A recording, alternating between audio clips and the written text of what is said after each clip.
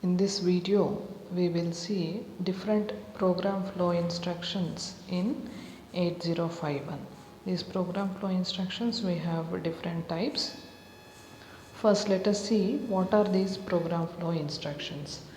These are the instructions with the help of which we can change the order of execution of a program in microcontroller. When we write a program in microcontroller, all the statements are executed one after the other. Now, in between, if you want to change the sequence of program execution, then you need to use these program flow instructions. These instructions make the program to jump to a particular memory location and then execute the instructions which are stored in that memory locations. Or these instructions also branch the program in a different location. Hence, they are also called branch instructions or jump instructions. These instructions work by changing the content of program counter. We know that program counter always stores the address of the next instruction to be executed.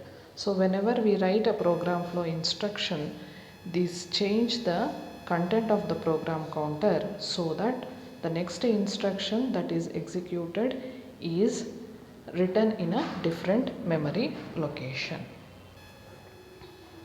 Now, program flow instructions or jump instructions are of two types. First one is unconditional jump instructions. What are unconditional jump instructions is these instructions get executed without being any test being tested or without any condition being tested. Whenever any jump instruction, unconditional jump instruction is written, that particular instruction is executed without testing any condition. These are of different types. Again, the first one we will see is short jump unconditional instruction. Okay, in this short jump instruction, the program can jump to an instruction within 127 bytes in forward direction or 128 bytes in reverse direction. What do you mean by this? So wherever you write this short jump instruction, from that particular memory location, you can branch the program execution in forward direction at by within 127 bytes or in reverse direction within 128 bytes. That is, that another instruction where you want the program execution to begin should be within this range. This is also called as relative jump instruction because the next new memory location where you want the program execution to start is relative or it is related to the instruction where it is written or the memory location where it is written. Hence, it is called as relative jump. The syntax is S jump relative address, that is jump to relative address REL. Next unconditional jump instruction is long jump. This long jump unconditional jump instruction can be used to jump to any location. That is, there is no restriction that you have to write the other instruction in a particular range. You can write it anywhere from 0000H to FFFFH. This is a 3-byte instruction which is used mostly in larger programs, and the syntax for this is L jump address. Then next unconditional jump instruction is absolute jump, and we write it as A jump address, jump to absolute jump to the address. Here, whenever this instruction is written, the program memory is divided into 32 pages, each page having 2 kilobytes, and we can jump to an instruction within the page of 2 kilobytes. So here we see that the absolute jump and short jump are having a restriction on the next memory location where you want to start the execution, whereas long jump has no such restriction. So this is about unconditional jump instructions. Next we will go to conditional jump instructions.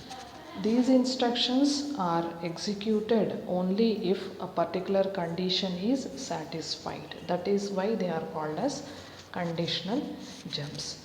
If you give any condition and if that condition is satisfied, then only the jump will be taken or the program execution will start from the new memory location.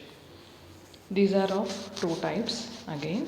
First one we'll see is bit jumps.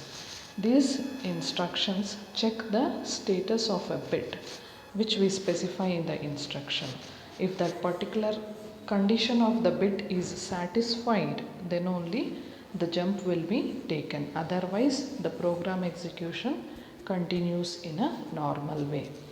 These are very useful in testing the status of a given particular bit. These are all bit instructions.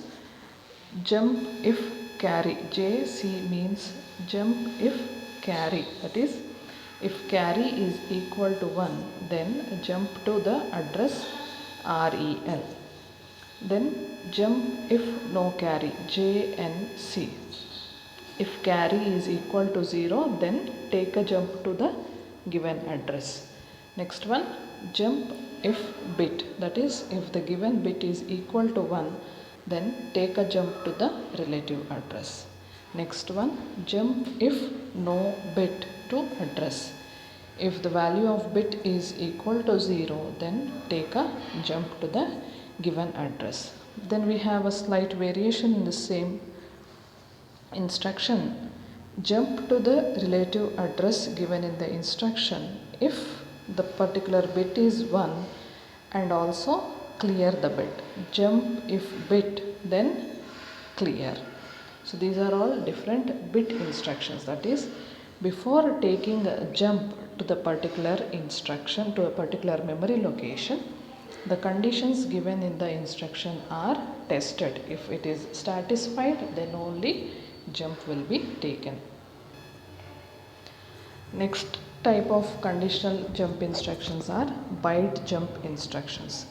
These are nothing but they check the byte of the data before taking a jump. Let us see the first one, jump if 0. This jump if 0 and next one jump if not 0, they test the value in the accumulator or see the value in the accumulator.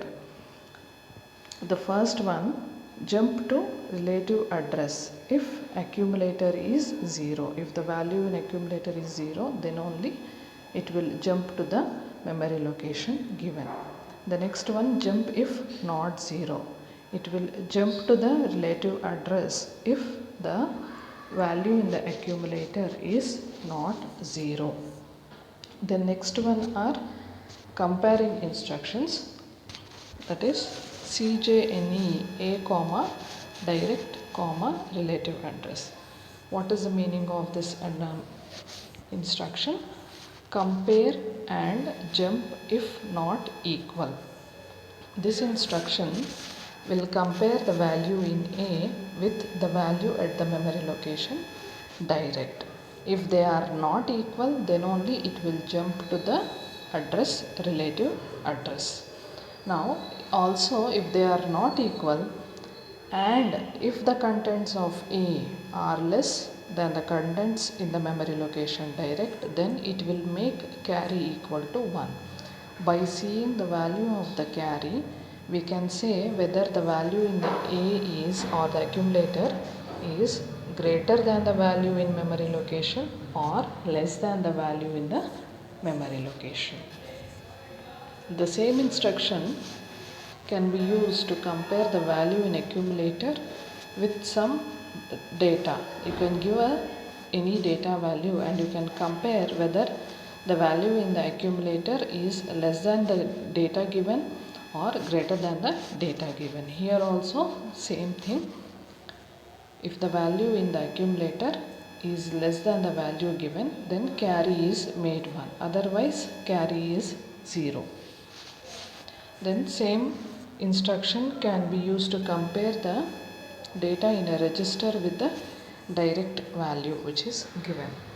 Here also same thing, if the contents in the register are less than the value that are given, that is the data that is given, then carry is made 1, otherwise it is equal to 0. So this is about conditional jump instructions, where they will jump to the particular memory location only if the given condition is satisfied. Then next one is decrement and jump if not 0.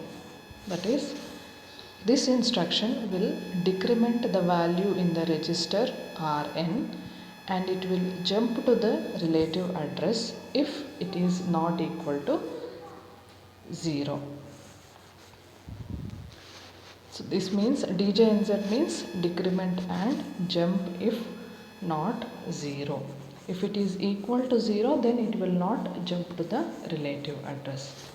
Then this CJNE, compare and jump if not equal, can also be used with the indirect register addressing. And this decrement and jump if not 0 can be used with the data which is stored in a memory location also.